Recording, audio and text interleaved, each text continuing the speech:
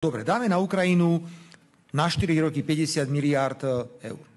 Navozíme tam ďalšie tanky, navozíme tam ďalšie lietadlá, navozíme tam ďalšie zbrane. Pán redaktor, zapamätajte si, čo vám už hovorím druhý rok. O 3 roky tu takto budeme stáť.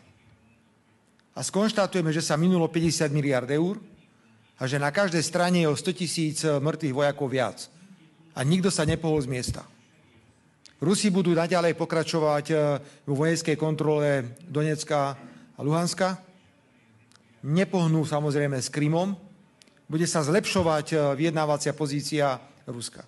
Tak buď si budeme hovoriť pravdu, budeme tie veci pomenovávať, budeme hovoriť, že to nefunguje, poďme nájsť nejakú inú metódu, ako tento problém vyriešime. Ale ak si niekto myslí, že nalejeme 50 miliárd, pošleme tam stovky nových zbraní, že vyriešime niečo, nevyriešime nič. Garantujeme len o 200 000 mŕtvych ľudí viacej, ktorí sú tam. A majme už konečne zdravý rozum. A nesúhlasme s každým nezmyslom, ktorý prichádza z možností najväčších krajín, ktoré si povedali jednu vec. Bolo možné predsa uzatvoriť prímerie dvakrát, krátko po vzniku vojenského konfliktu.